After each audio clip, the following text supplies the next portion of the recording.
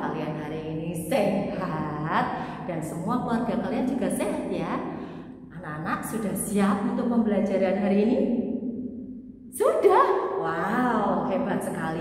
Sebelum kita mulai pembelajaran hari ini, mari bersama-sama Misiko ajak kalian semua untuk memuji Tuhan dan bersuka cita untuk berkat Tuhan yang melimpah buat hidup kita. Semua siap memuji Tuhan? Kita akan pujikan sebuah lagu, Oh Sukacitaku. Masih ingat lagu ini anak-anak? Masih ya? Kita bersama-sama akan memujikan lagu ini dengan penuh sukacita karena Tuhan sudah menyertai kita. Mari sama-sama. Kalian boleh sambil bertepuk tangan, sambil berdiri. Kita mau sama-sama bersukacita ya. Mulai.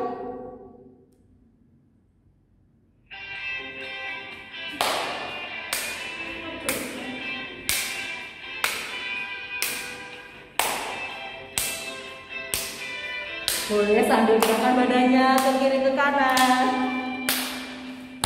Oh sukacitaku, pam pam pam pam, sejak ku jumpa Yesusku. Oh sukacitaku, pam pam pam pam, ku temukan juru selamat.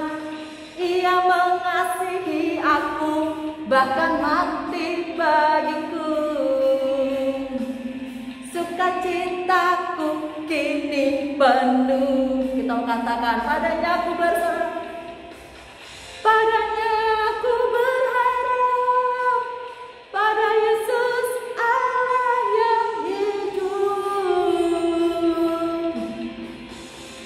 Padanya aku berserah, Yesus sumber kehidupanku. Katakan,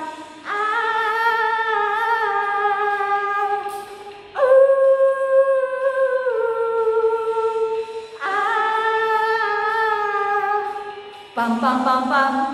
Sekali lagi ya. Oh sukacitaku, pam pam pam pam, sejak ku jumpa Yesusku. Oh sukacitaku, pam pam pam pam, ku temukan juru selamat. Ia mengasihi aku, bahkan mati bagiku. Sukacitaku kini penuh. Padanya aku berharap, pada Yesus Allah yang hidup. Padanya aku berserah, Yesus sumber kehidupanku.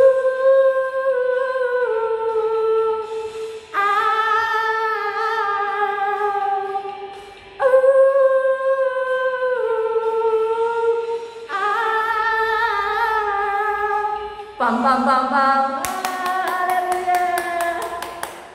Wah, kita sudah bersama-sama memuji Tuhan, sudah bersuka cita.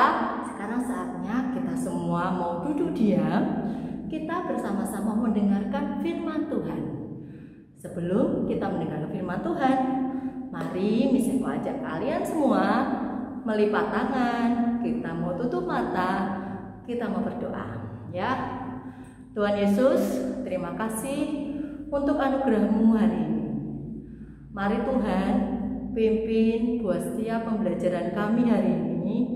Biar Tuhan berikan kami hikmat pengertian, supaya kami mengerti semua pembelajaran hari ini. Berkati Miss dan Sir semuanya. Berkati semua kami juga yang ada di rumah. Biar proteksi-Mu yang sempurna ada di tengah-tengah kami.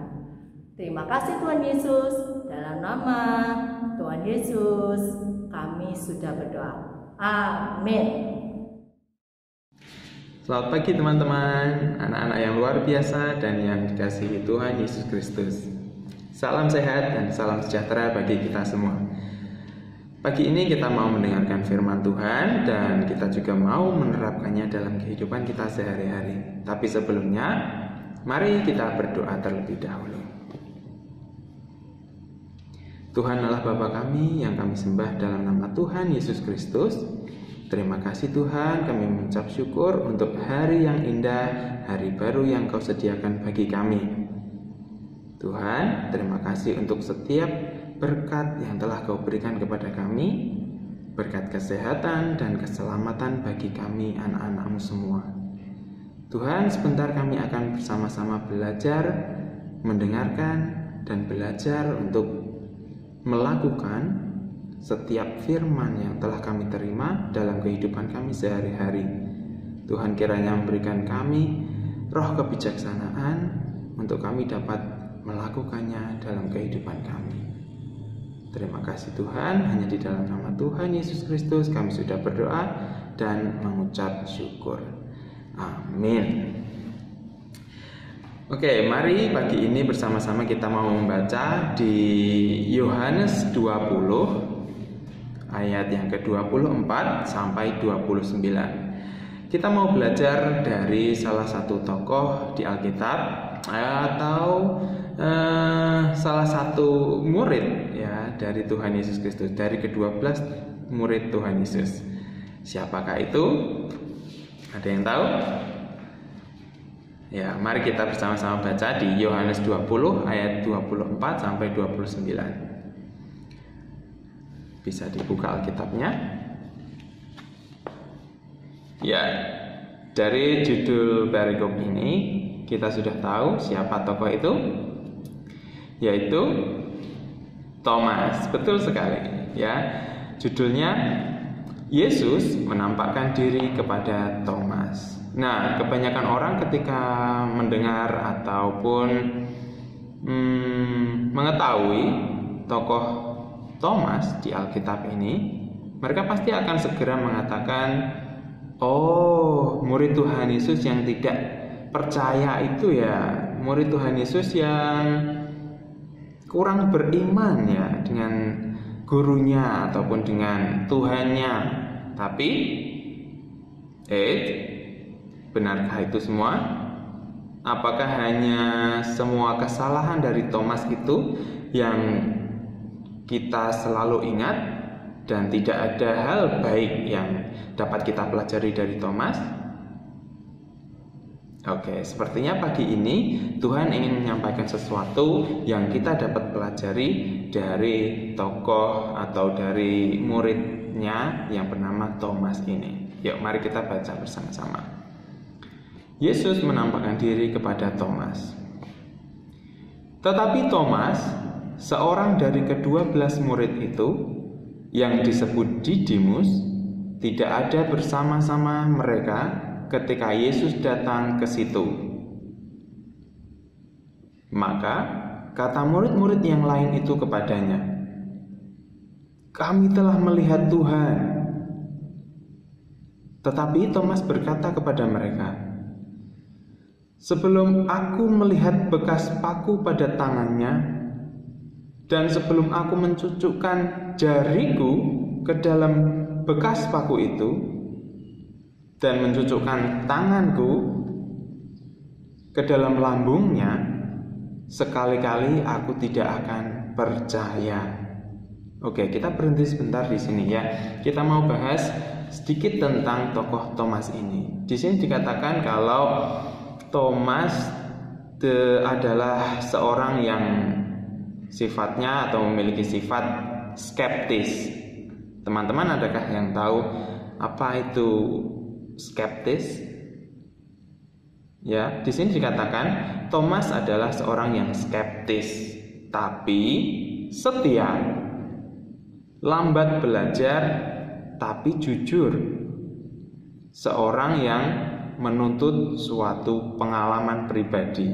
Nah, ada satu kata skeptis itu tadi yang selalu diingat-ingat oleh kebanyakan orang ya, yaitu Thomas selalu meragukan akan suatu hal. Nah, itulah arti dari skeptis ya. Skeptis adalah sifat yang dapat dimiliki seorang ketika mereka selalu meragukan atau ragu-ragu terhadap suatu hal.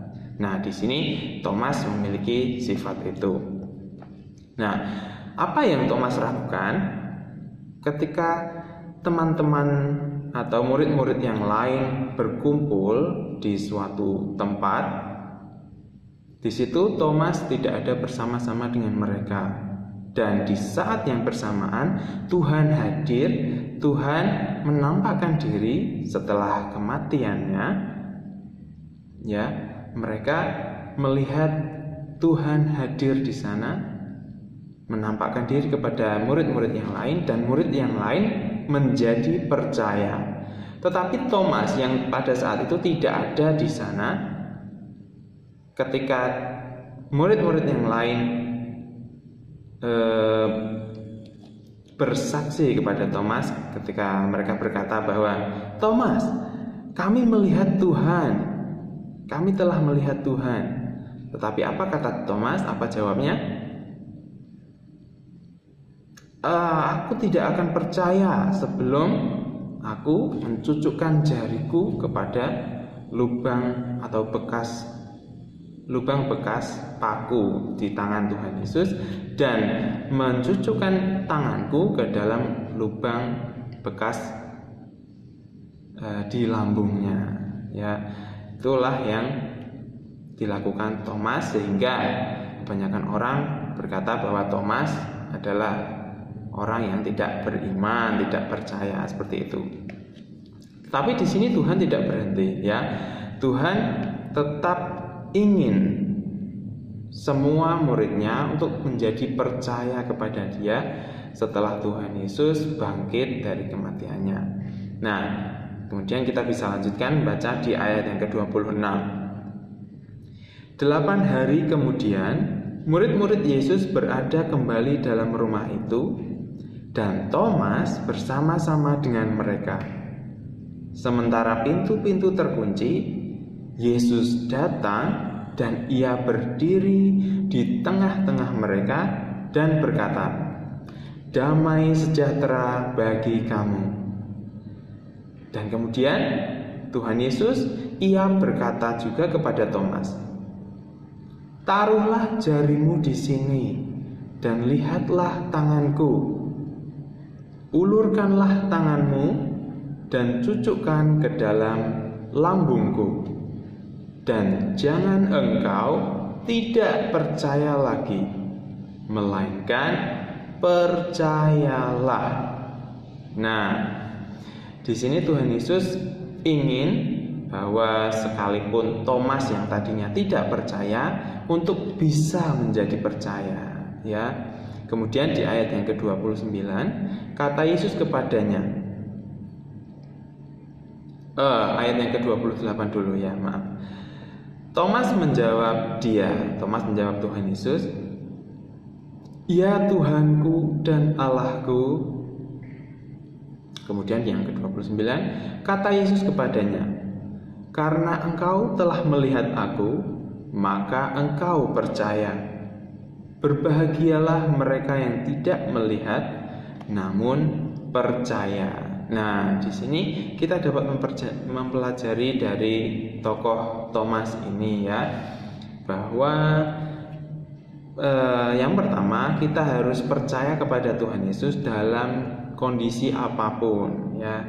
Meskipun tadi Thomas sempat untuk tidak percaya, sebenarnya untuk murid-murid yang lain juga, ketika Tuhan Yesus menampakkan diri yang pertama kali tadi, karena mereka benar-benar melihat dan mereka juga mengalami perjumpaan pribadi dengan Tuhan, mereka melihat sendiri, maka mereka percaya.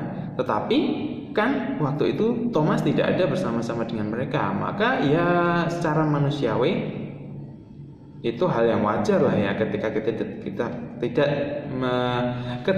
tidak ikut dalam suatu persekutuan, tetapi mereka mengatakan suatu hal dan kita belum mempercayainya, ya bisa dikatakan itu wajar lah, ya. Tapi lain halnya kalau di sini dikatakan bahwa yang mereka saksikan itu adalah Tuhan mereka sendiri, Tuhan kita, Tuhan Yesus. Nah, di situ kita belajar bahwa meskipun kita mendengar kesaksian saja, kita mendengar dari kawan-kawan kita, teman-teman kita tentang kebenaran Tuhan Yesus, maka baiklah kita untuk menjadi percaya meskipun kita belum melihat dengan mata kepala kita sendiri, ya.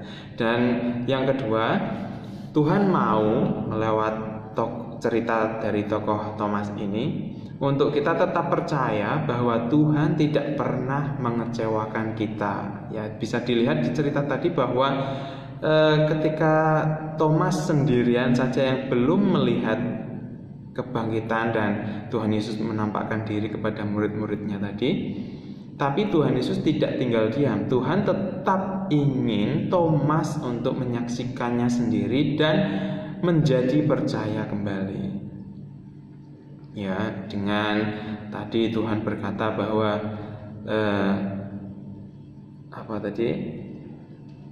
Nah, taruhlah jarimu di sini dan lihatlah tanganku.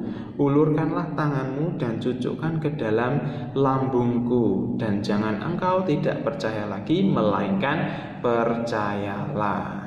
Nah, Tuhan Yesus tetap tidak ingin mengecewakan Thomas dan tetap ingin Thomas dan murid-murid yang lain juga untuk menjadi percaya. Dan yang terakhir, pesan Tuhan yang disampaikan pagi ini yaitu Tuhan ingin setiap kita menjadikan Tuhan Yesus sebagai yang utama dalam hidup kita, ya, sebagai Tuhan dan Allah yang berkuasa penuh atas hidup kita dan bukan hanya sebagai penolong. Maksudnya, Tuhan jangan jadikan Tuhan hanya sebagai ketika teman-teman atau anak-anak membutuhkan atau sedang bersedih, sedang tidak memiliki sesuatu dan menginginkan sesuatu, kemudian barulah teman-teman mencari Tuhan. Jangan seperti itu, ya. Baiklah kita untuk tetap dan selalu menjadikan Tuhan sebagai Allah, sebagai Tuhan kita yang hidup dalam hati kita masing-masing. Oke, tetap semangat, tetap sehat teman-teman semua, dan jangan pernah lupa untuk mengucap syukur kepada Tuhan Allah kita, Tuhan Yesus Kristus. Terima kasih. Salam